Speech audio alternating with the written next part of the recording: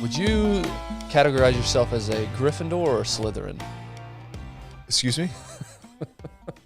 A Gryffindor or a Slytherin? Does that either of those no terms clue mean what anything to you? that, no clue what that is. Harry Potter. You don't know Harry Potter? No. Did you never read Harry Potter? No. Or watch the movies? I've not Nothing. seen a single movie. Really? Uh-uh. Dude, that was a thing back in early 2000s. I think it's still huge. a thing. I think it's still a thing. The reason I bring it up because they're doing a TV series, HBO. They're doing a reboot. Wow. It's like I don't remember how long it is, but yeah, they're doing a whole series reboot. Trying to fill that Game of Thrones gap, huh? Yeah, trying to revitalize, Jeez. make that money again. Yeah, I can't. Not into wizards and No. It was interesting at the time when it was popular back then. You wouldn't like it now probably, but No. not I a don't know, fan. man. I don't know. I just see. Have you seen that video of the guy that contaminated the murder scene? No. Have you seen that? So it's this guy, and they're doing some like role playing games like at this park, right? And they stumble across like a murdered body. A guy. When was this? I don't know. It was on social media. I saw some video. Like it's like a news deal, and they're interviewing him, and he's like, I'm a healer, so I tried to cast some spells on him to bring him back to life. Was this parody? Was this comedy? No, this was guy serious. being The guy was being serious. Yeah. Wow. I'll show you. And he's like, but Roger came over and did something spell and thought that he was gonna. I knew it wouldn't work, and apparently we contaminated the murder scene because the spell that Roger did requires a lot of glitter. Like full on contaminated this like murder scene because he was like doing a spell. Wow. So I associate every single person that's ever watched Harry Potter with that dude. With that dude. Yeah, they're in the same like category. LARPing and all that. Yeah, they're in the same category. Well, Harry Potter's back, if you didn't know. And I know the answer to this, but I'm asking anyway. What about the Masters? Did you catch the Masters this week? I watched a little bit. Did you? A little I'm bit surprised. on Sunday. Yeah, just literally briefly. Yeah, same. It was just I saw the catastrophic downfall. Yeah. Kepka. Yeah. Yeah. Yeah. But then I didn't even see how it finished. Yeah. Yeah, he ended up losing, I think, by 2 or 3 strokes, something like that. Okay. Yeah, it was an interesting tournament because the weather. So they had to play like 30 rounds on Sunday, something like that. Goodness. So yeah, it was wild. And I'm not usually into golf, but the Masters is something that's like, even if you're not a golf fan, like yesterday we were watching for a little bit, and Whitney was like, it looks fake. Yeah. Like that's how pristine everything is there. And we knew some people that went this year, and they were saying, like the tee box. Supposedly, after every group goes, they rip up the grass at the tee box and replace it like immediately for the next group to come in. Like that's how everything is just super. What? Yeah, and there's like underground tunnels that they like go through for like security and for maintenance, and yeah, like it's a wild. Apparently, you got to go. It's like a once in a lifetime. Yeah, I keep hearing that. You have to make it. You have to make that trip, whether you're a golf fan or not. Yeah. So, yeah, that was good. And again, I don't watch golf ever, other than that. But it was a good tournament. Didn't make me want to go play golf, but No. yeah, it was cool watch to it. watch. Yeah, for sure. And then the last thing going on, the pop culture thing going on. There's a new show. It's number 1 on Netflix right now. It's called Night Agent. Oh, yeah. Have you heard of it? I haven't. I've seen it. You I watched it? haven't watched it yet. Oh, you haven't watched it at all? No. I'm waiting. We started it over the weekend. It's good. Is it? Yeah, it's good. Okay, it's worth. Yeah, it's and even worthwhile. Whitney has enjoyed it. So, Okay. girls, wives, All right. girlfriends might be into it too. It could be something you watch as a family. Well, not as a family, but as a husband and wife. So yeah, it's good. It's really it's nonstop. Like it's action from opening scene to finish in every episode. So that's good to know. You know, it's what I love about Netflix is when they drop the whole season. I love that they just drop everything all at once. And that's awesome because we're season 3 of Ted Lasso's out right now. Mm-hmm. And they're doing it one by one, like the old every school. week, and I'm like, it kills me because like it's so good, and all I want to do. So it's like, okay, I gotta wait till like next Wednesday. Is it losing some of its appeal though? No, you don't think so? No, I feel like each season's getting a little less interesting. No, you're still into it. Have you started season 3 yet? Yeah. Okay, you think the same? Yeah, it's all right. Oh no, I think it's. I don't know. I guess the novelty's wearing off, maybe. Which sucks because shows back in the day used to go 15 seasons. Right. And now it's if you get three or four, like you're killing it. Yeah. Just because I don't know what the difference is. I guess our attention spans are so. It is. Yeah. Weak. You want something new and different. Right. You can't recreate the show every season. That's why like Yellowstone is a show that's like people could just continue watching that. Yeah. And there's not really like if you think like the premise of every season is fairly similar. Someone screws the Duttons and then they fight back. Right. It's kind of what every season is, right? But just different people. But I heard Matthew McConaughey's doing a spinoff of Yellowstone. Have you heard this? Yeah. I didn't read the article, but just saw a highlight or a headline that apparently he's doing. Well, because Kevin Costner's, there's a bunch up in the air with him and the future and what's going on. So they're winding down on Yellowstone probably. I sure hope not. Yeah. When is the next? This summer. Yeah, release. Because it's like they stopped in the middle of the season, right? Yeah, it was a mid-season deal. Interesting. Yeah. Well, speaking of the Masters, our partners, Choctaw Casinos and Resort, they're doing a $4 million greens giveaway, playing off the theme of the Masters. I see it. Okay. So go win yourself some money up at Choctaw. Weather's turning here in the North Texas area. Pool season. Starting to be pool season here pretty soon. But it's always a good time, no matter what the season. Doesn't matter. Like right now is the perfect time. Yeah. Get Spring up there, concerts and grab some good food, go see a concert. Yeah, you got a bunch of good acts, artists coming up there here soon. And I mean the hotel. Who was that? I was talking to somebody just recently. I think Dude Perfect did like a hotel stereotypes video and recorded a bunch of it at Choctaw. Oh, they did at Choctaw? Yeah. Have they released it yet? Yeah, it's out. Yeah, I need to check it out. So it's it's the whole new wing. It's we can't say enough great things about it. How nice it is. Absolutely. Yeah, go get yourself.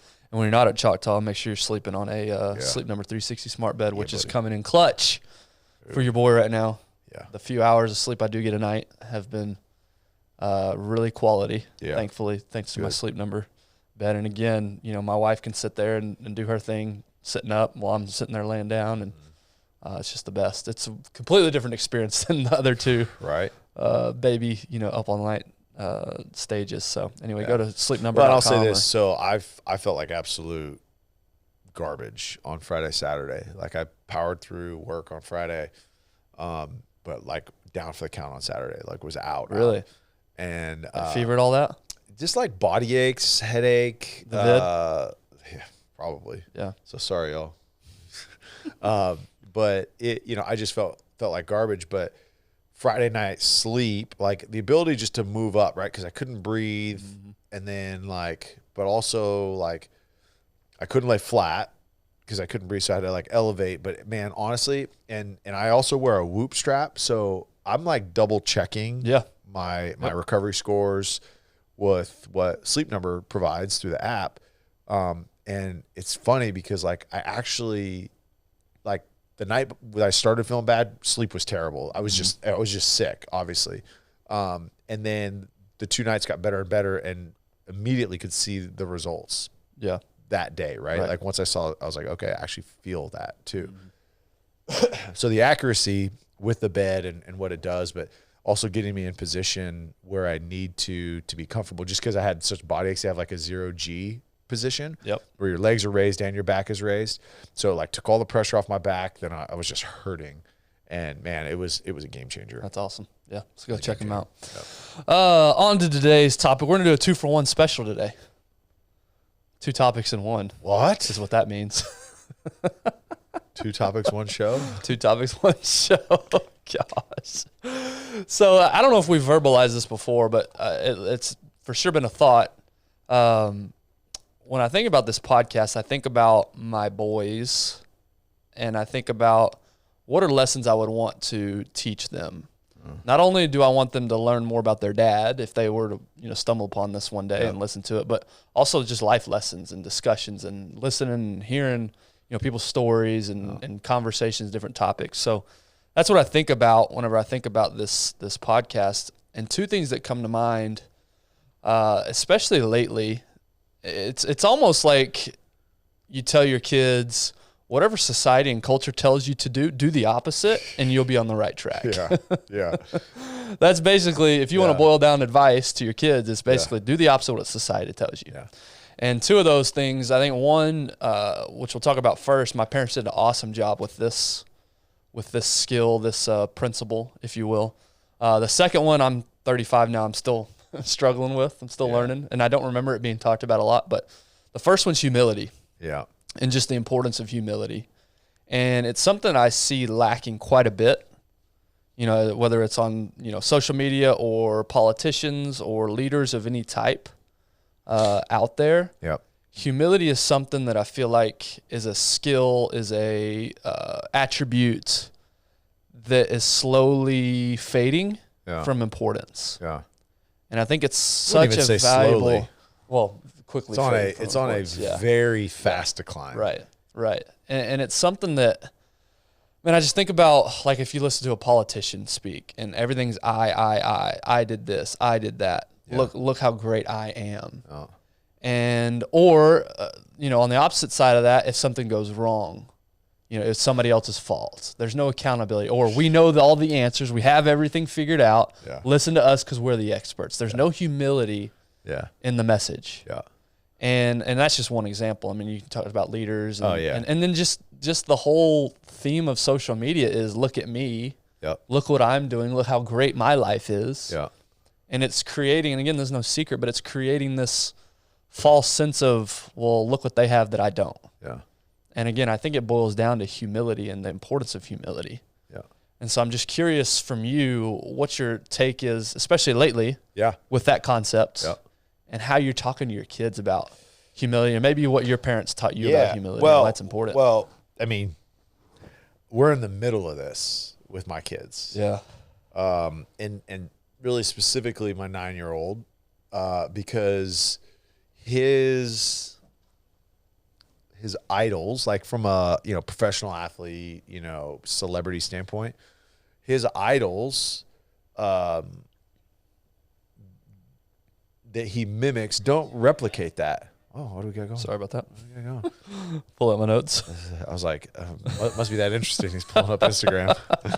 We were scrolling through his reels. But the examples that they have of people that they look up to, and I don't think they were bad people. I mean, we've actually, like, Justin Jefferson's a guy, like, we really like him. We've gotten to interview him a couple times at the Super Bowl, and, like, he's a great, and I say kid, but, like, he's a kid. He's 22, 23, right? Yeah. So, but it really is and the branding is all about the individual. And it's obviously exponentially gotten worse with social media because now your name is your brand, is your company. Yeah. But I mean, it started before that. I mean, think Dion was probably one of the first. Yeah. Very much, maybe Joe Namath, you could kind of like that, like, hey, I'm going to be outrageously confident, and people will mistake that for arrogance. Right. And so what's problem is, I think if you know Dion at his core is pretty humble. Like, at his core, right? He's very centered on his faith. He's very centered on who he is, but he knows that he's the best at certain things. Right. Right. So people take that and then they've kind of shifted it and twisted it to, now I'm going to talk about me. I'm going to talk about what I do, and everything is about me. And we've lost this idea of team, and it goes back to country. Right? We're no longer a team. We're millions of individuals that are our own separate entity, competing entity. Right. And we act like there's not enough out there to go around, so I've just got to do me. Yeah. And so with my kids, it's tough because, like, my 9-year-old playing flag football, and anytime him or anybody on his team score or make a catch, there's some sort of dance or celebration that is to look at me. Mm-hmm. And I've almost got it out of them. I mean, they run anytime a kid, like, dances, celebrates, draws attention to himself during a game or practice, go ahead, take your run, because it's not about the team. It's not about yourself. Mm-hmm. That's not what it's about. And that's not what is going to take you to where you want to go. If you want to go fast, go alone. If you want to go far, go as a team. Mm-hmm. And that whole mindset has been totally just forgotten. And it's so funny. An example yesterday. So my 11-year-old daughter, she's a monster. She is an absolute beast. Like, She beats all the kids in her class in arm wrestling. Literally, there's not a kid, boy, it doesn't matter. Beats everybody. She's just a beast. And so it was my two boys versus her in a football game yesterday, and I was the all-time quarterback. And bro, it was straight like Jerome Bettis, like the bus running through those guys. Are they playing tackle? Tackle. Oh, they had to play tackle, of course, right? And I'm like, are you sure? Are you sure you want to? Yeah. And so, like, Rocco catches a pass, and she comes and just puts her shoulder right in his ribs and, like, drops him down, and he starts crying. And the next play, like, Luca goes up to catch a pass, and, like honestly, like, teach tape. She, like, punches the ball out, but then, like, pushes him and, like, dives on him, and, like, and he's crying the next play. And I'm like, boys. And then he catches a pass, and then he does he's crying, and then he gets back up, finally get him to stop crying, and then I throw him a pass, and he was wide open, and he catches it, and he throws up like peace sign as he's running backwards through the end zone, and I was like, hey, is that good sportsmanship? Like, are you drawing attention to yourself? Did you do anything that was that great? Yeah. And the next play, dude, just handed it off to her, and she just, like I said, just straight truck stick both of them. I said, look, Luca, like, if you're going to call attention to yourself, people are going to watch you. Mm-hmm. So you better make sure that you're perfect all the time if you're going to call attention, because that's not the right way to play. That's not the right way to live life. Because again, you're not going to accomplish, because why would I want to team with you, whether it's in sports, business, socially, if everything is about you? And I know you don't care about the team. All you care about is yourself. Mm-hmm. And I don't know, man. It's the aspect of humility, putting others before myself, keeping my ego in check. That art is just lost. Yeah. What is it about a person who doesn't display humility that it's so off-putting? Like, what can you pinpoint exactly what that? It's more just a feeling. It's just that they're not fun to be around. Yeah. But what is that about that? Why is humility just naturally feel like, why are you attracted to humble people, do you think? Yeah, because I think you can trust humble people. I think that's what we want to connect with people. And in order to connect, you have to trust somebody. And if I think that you are out for yourself, like, do I really think that you're going to defend me when it really matters? Like, that you're going to have my back? Like, if it's you getting in trouble if you did something, or you're going to point the finger at me. Mm-hmm. And it's just, I think humble people, we tend to just trust more because they're going to be honest. Yeah. Like, they're going to take ownership of things that they are in control of. We had this conversation with my son Saturday. He went and peeked in on some of the like little Easter basket stuff that my wife was putting together, and then told my other son and was like, oh, she got us Crocs, which, by the way, that's a whole nother argument that I had to have with my wife, the fact that she bought Crocs. But anyways, and so then the 6-year-old obviously isn't going to keep that a secret. Right. And so found out that he went in there and he was like, no, I didn't go in there. I was like, we know you did. Like, you can't lie about it. So then, like, I go and talk to him, and he's like, he promised that he wouldn't tell anybody. Like, it was his fault. Like, it was Rocco's fault. The 6-year-old, like, it was his fault that he told everybody that was supposed to be a secret. I was like, that has nothing to do with you. Yeah. Like, you have to take ownership. You are the one that went in there when you knew you weren't supposed to. You were the one that lied about going in there. And all you can do is control what you can control. And you controlled the part that got you in trouble right now. Mm-hmm. It's not like, and then making it worse by like trying to lie your way out of it. I was like, you have to, and we got into the Jocko extreme ownership example. And like, nobody's going to trust you if you're going to put the blame on everybody else. Mm-hmm. Ever. Yeah. Nobody's going to want to be around you.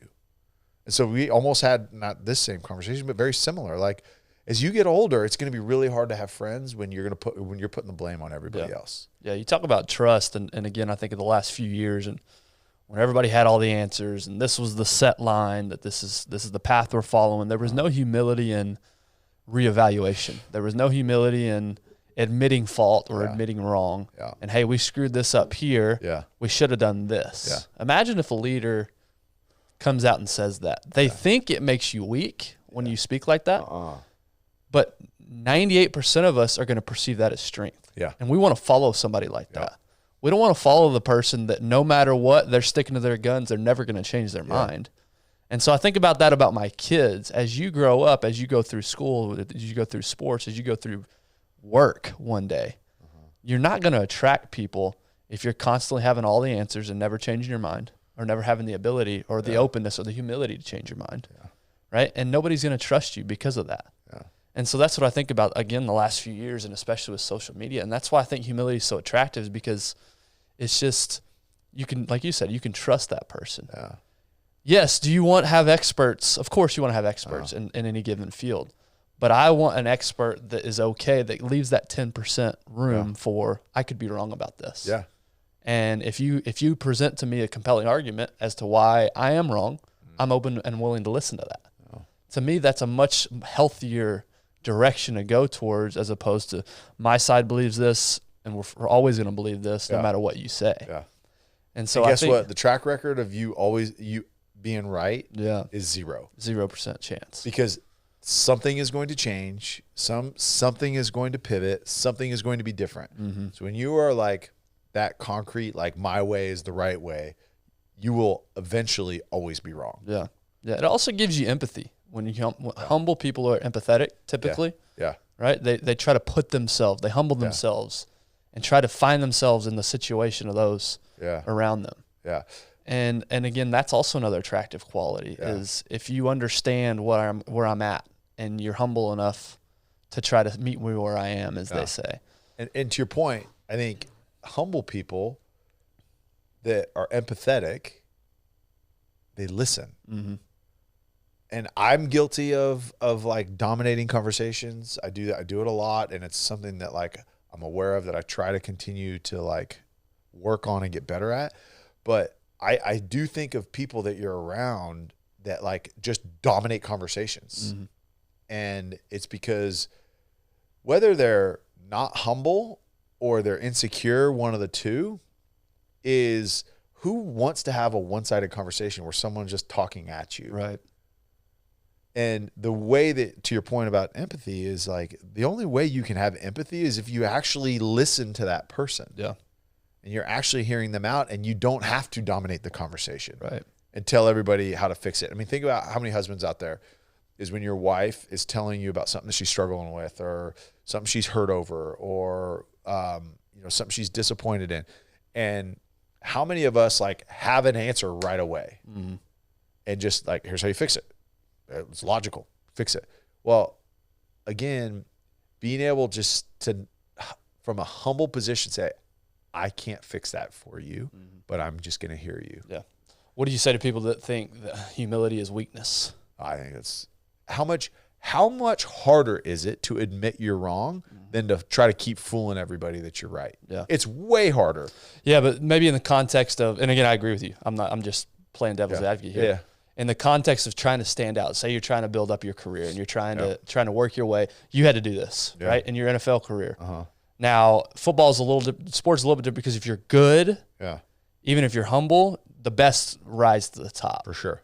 However, when you're thinking about standing out, usually uniqueness stands out. And one way to be unique is to be a loud personality. And not humble, because the humble person falls back to the crowd. So what do you say to somebody that says, well, I want to be unique. I want to stand out. I want to make a name for myself. I've got to separate myself from everybody else. Where does humility play in that, do you think? Well, to your point, I think if you're humble, you separate yourself from the crowd now. That's true. But I get that. And I think when you talk about athletics, it's a little bit different. I think of like a humble professional athlete is the one that admits to coaches, like, I don't have it all together. I don't know it. So can you work with me? Can you spend some more time with me? Can I get... Let's use that example. You're an undrafted free agent. You're coming in trying to make a name for yourself.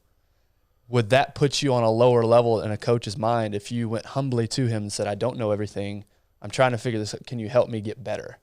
Or do you have to present yourself as somebody that, no, I know everything. I've got this all figured out. Play me because I'm the best person out here for the job. But how did you balance that? But if you don't know it and you can't do that and you can't show it on tape, then you're going to get exposed and you're going to get cut. As opposed to having the approach that we're describing and going to him and saying, hey, do you mind spending an extra 15 minutes with me? Show me what tape to watch. You don't need to spend much time.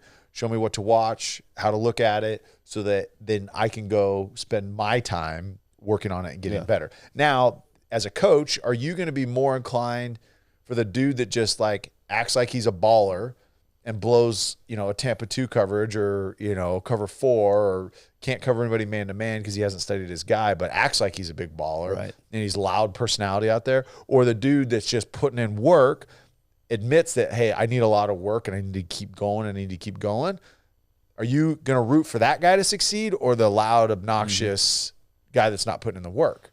Yeah. As a coach, even if that guy's got more talent, who can I trust on the field? It's back to trust. Yeah. Right? Do I trust the guy that is going to blame his teammates, is going to blame coaches, is going to blame somebody else because of his screw up? Or am I going to trust the guy that's going to take accountability for, not getting into the right check on defense or not changing the protection on offense, whatever it is? Yeah. That's the guy that I want to ride with. And that's the only reason I lasted in the NFL because I did those things, and then I played positions and backups and did scout team and did all the things that not everybody does because I needed to show that I was willing to work and there was more value than just me playing fullback 20 plays a game. Yeah.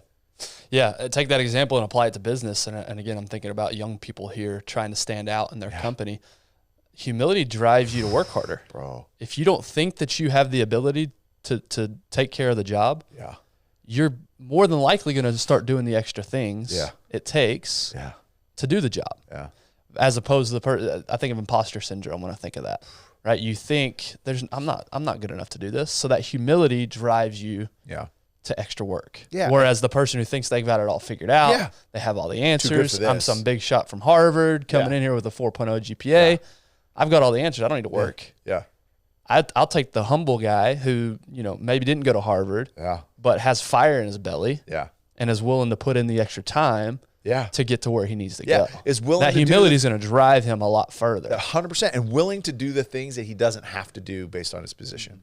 So like, let's just say like you're a senior associate, right? And you're past like the point where you're just doing all the busy paperwork for everybody. Like you're actually out doing certain things. But then that's also the guy that's willing to go like clean the coffee maker and willing to move paper packages off of the pallet and bring it up, is willing to go and actually like do a tour, like or put together in our business, like a survey or something like that. Like something that, hey, we have people that can do it, but I'm still going to do it because I realize that I'm not too good to do anything around here. Yeah, I think I've shared this example, but I think about my first job out of college when I have a college degree, I'm a graduate, and I'm sitting there literally cleaning toilets. Yeah. Now, I didn't humble myself. I did the job, so I guess I did. And but the job humbled me. Yeah, right. And so in that moment, I had to be humbled, whether by choice or not, and do the work that was necessary as part of that team. That was my role on the team. Whether I liked it or not, that was my role. So humility had to come in because, again, in my mind, I'm thinking I'm a graduate. I should be here, and I'm just cleaning toilets for a living. And that was just not a fun place to be. So that drove me to do better, to provide more value. So I didn't have to be in that role anymore. But I think at first, you're probably going to find yourself in a position where you are doing the crap work. I remember when I first started in real estate. I am the one having to go out and do the grunt work because I'm the youngest man on the totem pole, and I had to have humility in that moment to think, all right, I'm starting here, but I'm not going to be here forever. That's right. And that's where humility, I think, plays a big important factor, is not being above anything, especially when you're young. Yeah. Especially when you don't know much. You might think you know a lot, but you don't know as much as the guy that's been here 10 years. How can you? Absolutely not. So humbling yourself, being a part of the team, I think is the best approach for somebody new coming in an organization. Yeah, I think of the opportunities you miss by not being humble. Like the conversations that are had within a posture of humility are very different than a posture of arrogance. And and I'm making this example up as we go, so be kind on me on how I like deliver this. Like when you're on top of the ocean, right? When you're up high and you're on like a boat or whatever, and you're looking at the water, how much can you see underneath the water? Not much. No, I mean, unless you're in like Bora Bora or something right, like that. Right. But if you're down in the water, in the coral reef, and you're looking up, how much can you see? You can see everything above you, right? So I just think of when you are down and in it, the opportunities to serve, to connect, to do things that you have from that position as opposed to up looking down, right? You can just see so much more. Mm-hmm.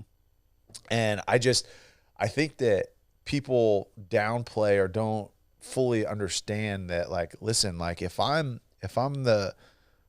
you're a boss out there, if I'm the boss that's like down there rubbing elbows with like the lowly employees, then like think about how much you can learn about your company, the opportunity to make it better because you're actually down and you get to know it. Think about the relationships that creates. If you're a boss that's like willing to like clean up the break room as opposed to like having an admin or someone go do that, like I just think of how many opportunities are missed because of arrogance. Yeah. And again, humility brings those opportunities. Mm-hmm. Yeah. Yeah. We're coming into some economic times that may be pretty rough coming up. We're seeing it with a lot of the companies that we work with. And I think as a young person, if you're wanting to go in and make an impression, you think the way to go make an impression is to be loud, bombastic. I know everything. Yeah. The way to go in and make an impression is be humble, be willing to do any job that it takes, provide value at the lowest level, solve problems, alleviate pain. That's how you can go in and make an impact. You don't have to go in there knowing all the answers. And so that's what I think about, especially early on in our career, the things that it took. And I just hope young people aren't losing that sense of what does it take to get to where I need to go. Yeah. It takes humility and it takes time, which actually leads to the second thing I wanted to talk about. And again, this is something I struggled with. Humility was always something that my parents just great. Same. I mean, they beat that into my head. Yeah. Servant heart. That was never an issue for me. Humility was never an issue for me. But this one was never really taught to me, and it's still hard at 35, is the idea of compounding interest. Yeah. And the reason I was listening to a podcast over the weekend, they were talking about for the financial sense, right? You invest a little bit early on and what that does over time. Yeah. But I was thinking about this in my career and even in fitness, if you want to take really anything, relationships. Yeah. The concept of compounding interest, which is investing a little bit today. It doesn't take me, 10 steps ahead, but it takes me one step ahead today, and just the effect that has over time as I go. Think about physical fitness. This workout I did today is not going to make me in the best shape of my life. But this workout I did today, compounded with tomorrow's, compounded with next week's, over time, I look up and I'm ahead of the person who didn't put that time in today. That's right. Think about the same thing in business. We want the promotion today. We want the big, salary today. Yeah. We don't want to go walk and knock on doors and cold call people because it's unsuccessful. It doesn't feel like we're doing anything. Yeah. But it's I'm seeing benefits today, 5 years in the business, from things that I did year one. Yeah. And I didn't have that mentality year one. But year one, I thought, I've got to get it all now. I've got to go. I need to support my family. But it's now the mentality is, all right, doors that I'm knocking on today, I'm accepting the fact that I'm not going to see any return on this for another 2 to 3 years, more than likely. Yep. And I think, again, as a young person, you struggle with that. And I struggle with that. I still struggle with that of delayed gratification. Yep. And the things that I'm doing today may not give me an immediate feedback, but I promise you I'm going to see the benefit 2, 3, 4 years from now when things compound. That's right. Another hot topic right now is 4-day work weeks, right? The people that want to only work 4 days. So think about if Tyler works 4 days, but I decide to go old school and work my 5 or 6 days, I'm getting 2 extra days per week for you. Think about the difference that can make over the course of a few months. It's 100 extra days, almost 100 extra days a year. A year.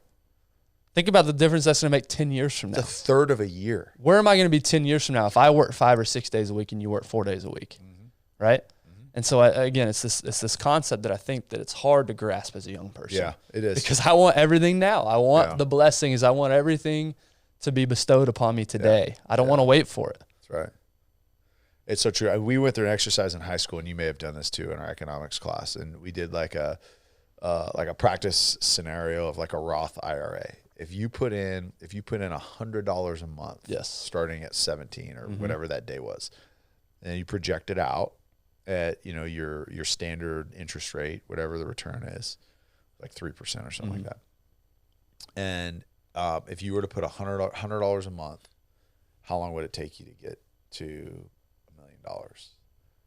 And it was like 36. I would have $1 million had I done that at 36. Yeah. And I'd have had like 2.4 million or something like that at like 45. Yeah, like that exponential just compounding interest. A month, yeah. And it's one of those, and I struggle with it too. Like there's certain things that I just want right now. I just want to do it right now. Like I don't want to have to go through that. But the value is, yes, in the investment, whether small, large, whatever that is. But the value is the experience, the experience you gain by just being consistently and literally and metaphorically just putting it in the bank. Yeah, getting told no when you're cold calling, going and walk in buildings like what we do and getting told no all the time, practicing on whatever your craft is, whether it's piano or another instrument, or whether it's practicing your speaking skills and refining that craft, or studying whatever it is, right? Whatever it may be, just in the bank, just let it build up. Because again, the experience that you get on day 62 may pay dividends, like you said, on day 1,425. You never know. Yeah. It's a collection. Your experiences, they compound in knowledge because you've gone through it. And you know how to handle things differently. Maybe as close to the same situation on day 42 as it is day 165, but because of the experience you had in between, now how you handle it on 165 is very different than you handled it on 42. Yeah. So it's, again, the experience of it, and there's so much value in just starting and committing to it. Yeah. Because like me at 17 did not throw $100 a month into a Roth IRA. Yeah.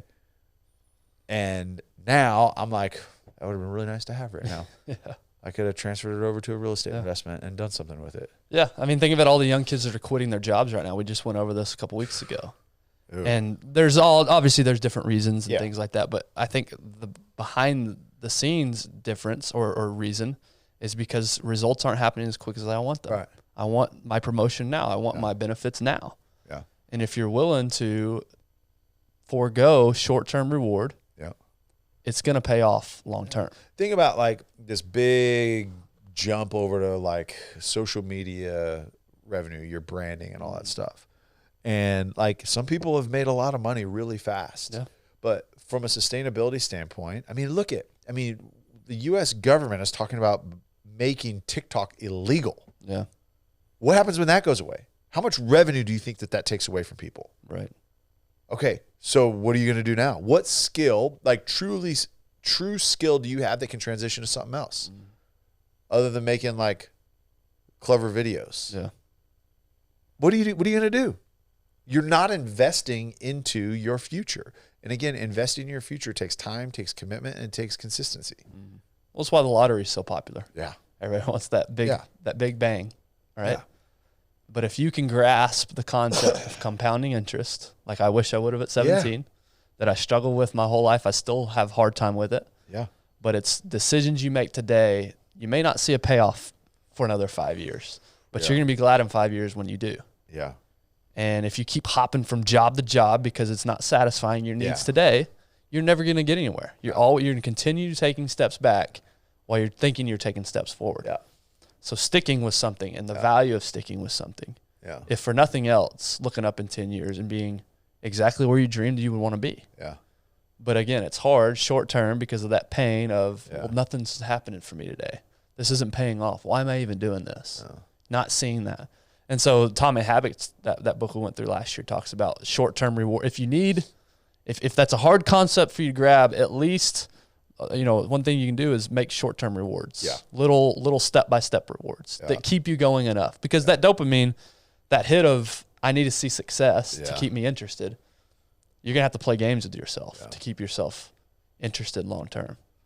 And so anyway, that's a concept that if you can grasp that at a young age, you're miles ahead of everybody else. You know what's funny? Yeah, especially like if you're like high school right now, like grab onto this. Yeah. And it may not seem super sexy and exciting, but I'm telling you, the second you see your returns go from, a 3% return, and now you're looking at it and you're like, oh wait, like it's not 3% on $100. Now it's 3% on $1,000. Okay, so, and then now it's 3% on $100,000. That $3,000 daily increment versus 3 cents is a whole lot more attractive. It does get exciting. Yeah, absolutely. Like if it's not, you just gotta wait a little bit for it. Yeah.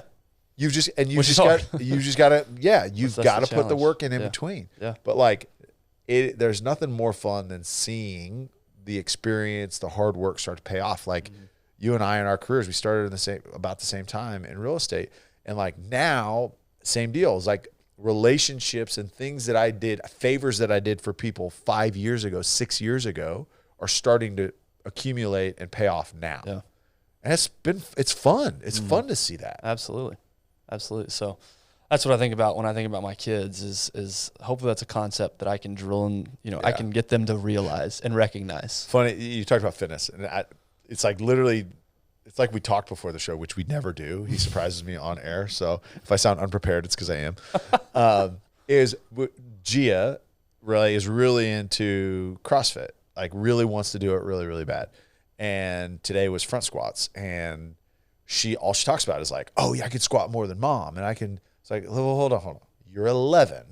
Okay. So slow down. Yes, you are strong. You are very, very strong. But imagine how strong you could be if you learn how to do it right now. And you take a year or two. I said, Gia, I started lifting my freshman year in high school, and it took me till my 3rd or 4th year in college with very intense coaching every single day before I was like, okay, I think I'm starting to kind of get it. And then I realized I had no idea what I was doing because I was doing it all wrong. Yeah, imagine as a sophomore, you thought, this isn't for me. Yeah. It's not going fast enough. I'm not doing what I want to do. No. This isn't for me. I'm going to go do something else. But talk about compounding interest. I was like, Gia, like if you learn how to use the correct form on your back squat, on your deadlift, like if you're learning how to do it correctly, one is compounding interest is if you could show up every day. Yeah. How much further ahead you're going to be than everybody else. Absolutely. And then 2 is you're using the right muscle groups to do the lift to maximize your strength. You don't have to do heavy weight right now to get really good at it. Yeah. By the time you're sophomore, junior, senior in high school, you'll be a monster. Yeah, absolutely. But like, don't try to get the instant gratification by like lifting really heavy right now, hurting yourself, doing it wrong, getting your body out of balance. Like, do it right. And we had this like long conversation this morning after her class. She was all bummed because mom wouldn't let her go heavy today. Yeah, it's the cliche. You can't microwave it. Yeah. It's got to be a low, slow cooker. Yes. It's got to be a smoker effect. Yes. You cannot microwave this thing. No. There's just certain things that take time, and that sucks. Yeah. Sometimes. But if you have the wisdom to grasp all the value that comes from the slow burn and all the skills that you learn over time, it's so much more valuable than getting it handed to you overnight. Yeah. Now, again, would it be great to be handed $500,000, just for nothing? Yeah, that'd be pretty cool. Yeah. But what skills, what abilities are you creating what in that process are you to building? Get there? Right. Right. Exactly. Like, hey, if I'm going to go try to do 150 pull-ups straight right now, my hands are going to be tore up. But if I train and I'm doing 20 and then I'm doing 30 the next day and then I'm doing 40 the next day and then I'm doing 50 the next day, right? I will build the calluses to protect myself from pain in the future. Yeah, that's right. Same thing with business. That's right. So anyway, those are 2 concepts that I've just been bouncing around in my head that that I will absolutely do everything I can to get that into my kids' heads. Good luck. Boys' heads. Yeah, it's gonna be hard. But anyway, so anything else? Any closing thoughts, ideas, perspective, wisdom? No, there's very little wisdom coming from me. But no, that was good, man. Those are good topics. Good deal. I think next week we're going to go over, I just got done reading a really good book called Think Again. I like books. I like words. Which plays along with the humility aspect. That's going to be a big theme in that. by Adam Grant's book, basically just getting yourself to be humble enough to rethink all your perceptions, all your thoughts. Yeah. So really good book, really interesting. So we'll go through That'd be good. That starting next week. Good conversation. Looking forward to that. So That's it, man. All right. Let's roll. Y'all Appreciate have a great you guys. week. Yeah, y'all have a great rest of your week. Great weekend, and we will see you next week.